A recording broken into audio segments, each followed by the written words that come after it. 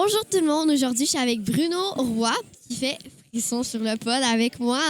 C'est moi! Vous pouvez m'appeler Britney.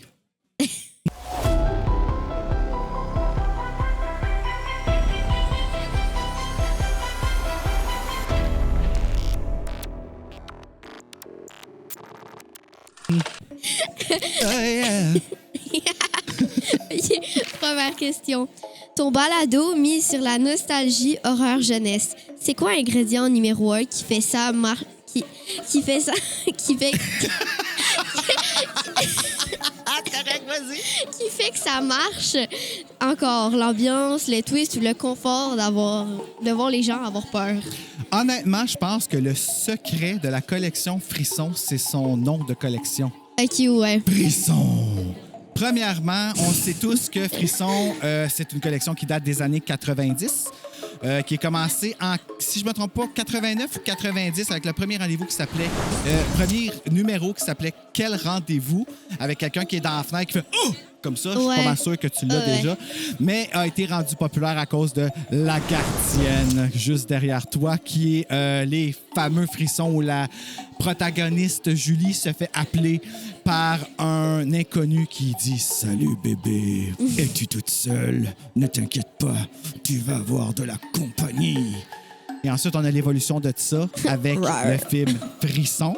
Qui n'est pas lié du tout, mais qui commence avec une fille qui se fait appeler au téléphone, qui est une époque qui n'existe même plus. Là, toi, tu n'as pas connu ça non plus. Là. Puis, tu sais, pas que je te descends, c'est pas ça que je dis, mais c'est pas ta génération de connaître ça, les téléphones qui sonnent chez vous, là, les lignes terrestres, tout ça. Non, mais je sais c'est quoi, mais c'est pas ma génération, Tu effectivement. parles pas là-dessus. C'est plein de microbes en plus, ces machines-là. En tout cas. Bon, je me penche parce que j'ai échappé mes questions. Oh my God, elle se penche!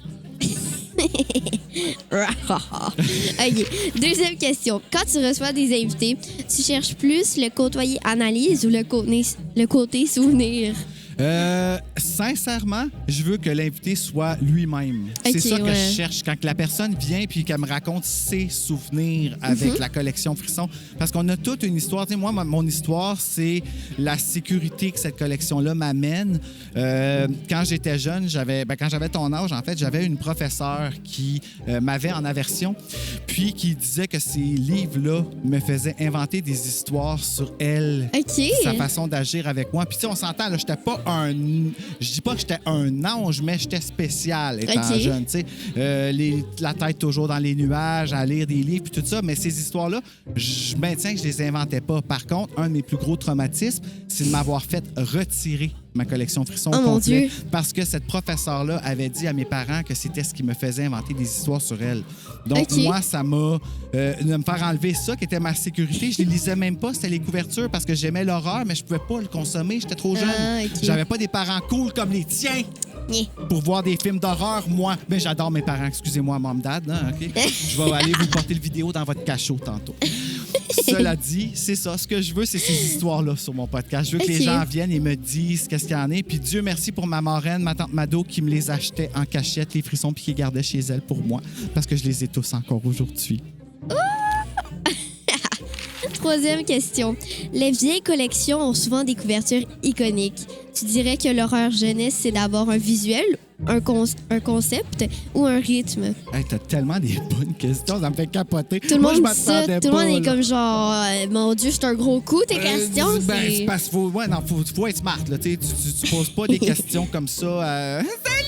Salut! Cela dit, hey, écoute, les deux. Ça prend les deux. Parce que tout le monde me dit que c'est les couvertures qui marquent. D'abord et avant tout, puis c'est vrai. Je pense que le travail du dessinateur, qui, s'il vous plaît, ne soyez jamais fait par l'IA. On a besoin de vrais dessinateurs, de vrais concepteurs graphiques pour faire les couvertures, pour lire le livre, comprendre c'est quoi qui se passe dedans et le représenter.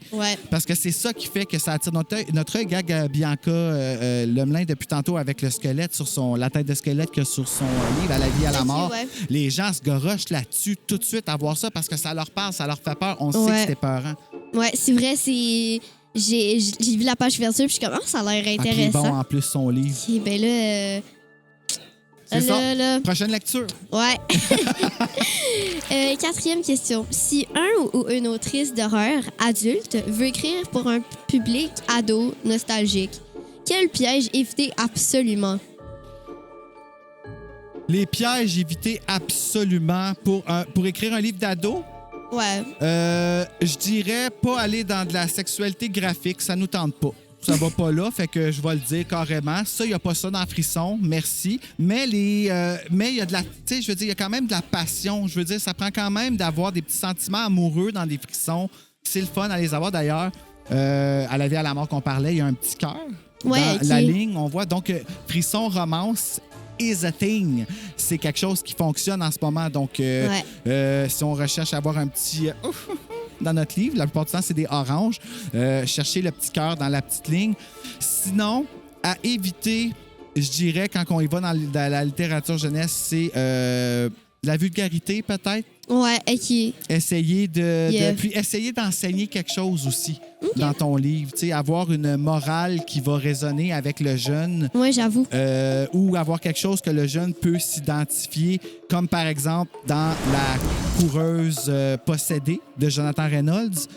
La jeune Florence vit un deuil, le deuil de sa mère. Ça commence avec ça. Ouais. Puis ça, c'est quelque chose qu'on n'a jamais vraiment abordé dans les Frissons 90, où est-ce que c'était « Ma mère est morte, donc je vis seule avec mon père, raison pour laquelle j'ai la maison à moi tout seul, puis qu'ils sont Mon pas Dieu. là. » Tu sais, c'est comme ça. Je comprends. Tandis que là, on va à l'intérieur du jeune qui va nous parler du deuil de sa mère. Et le deuil a un impact avec les décisions qu'il prend dans l'histoire après. Tu sais. Ouais. OK, c'est bon. Ouais, c'est une bonne raison. Et la dernière question déjà. Maison sur le pod a plusieurs univers. Si tu pouvais créer une mini-série spectacle Salon du livre de l'Outaouais, ce serait quoi ce thème et pourquoi? Aïe, aïe, ben c'est drôle, tu me parles de ça parce que ça a eu lieu hier. Ça mon s'appelle Dieu! le Frishow. C'est un talk show de frissons, en fait, qu'on a fait hier. J'ai reçu Jonathan Reynolds pour parler de La coureuse possédée et Hervé Desbois qui m'a parlé de Virée macabre. Et petit secret entre nous, Hervé Desbois a été la doublure de Dermot Mulroney dans Scream 6. Ah! Oui! Il a joué, en fait, quand il pratiquait les... En tout cas, sur le podcast, et sur mon podcast, il a expliqué, fait que je ne vais pas l'expliquer une deuxième fois, là, mais je vais t'envoyer ça. Là. Mais il a expliqué c'est quoi son rôle en tant qu'il y a une photo avec Dermot et il a porté le masque.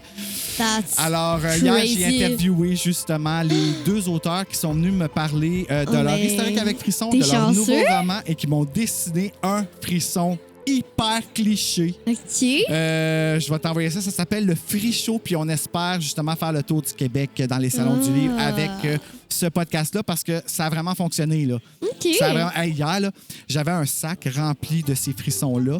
Tous des livres achetés dans des villages de valeur, des renaissances, des choses de même qui ont été trop maganés pour revendre dans ma boutique. Fait que j'ai fait un sac que j'ai rempli avec tous les vieux frissons. Puis quand je l'ai levé puis que j'ai dit que c'était ça le prix, là, j'ai vu deux petites filles dans la salle faire exactement ça. Quand même, là, je capotais. C'était moi quand j'étais petit, premièrement. Mais tu vois comme la passion de juste lever un sac rempli de livres. Les jeunes veulent juste partir avec plein de lectures. C'est pas mort. Puis toi, t'en es une preuve vivante. Tu lis tout ça. Là, fait que merci de nous prêter tes yeux pour lire, Gabi. Ben, ça me fait tellement plaisir. C'est... Mais ne pas manquer que sur Maison sur le pod aussi, par contre, j'ai Buffy contre le pod, qui est un podcast qui parle de la série Buffy contre les vampires avec Stéphanie Paquette. D'ailleurs, j'aimerais ça avoir ton input sur Buffy éventuellement. Je sais pas si tu as déjà écouté ça. Oui, on avait... On a-tu Sinon, encore notre grosse cassette genre de Buffy? Une grosse cassette de Buffy? On l'a, mais on pourrait la porter si jamais tu veux, mais... On les a pas toutes écoutées. Non, mais écoute, écoute-les à ton rythme, comme tu veux, mais tu sais, ça serait cool que tu viennes faire soit un épisode ou que tu me fasses un chronique de Buffy à ton âge, tu sais. Je me rappelle que je trippais bien raide ma vie, puis je trouvais que Buffy était genre badass. Vraiment badass, c'est une Vampire Slayer. Je sais. OK, on va s'en reparler pour ça. OK. On va s'en reparler, ça m'intéresse vraiment. OK, c'est parti. Bon, t'as pas de questions? Merci. Non, tu vas me déranger encore? Non, c'est pas vrai!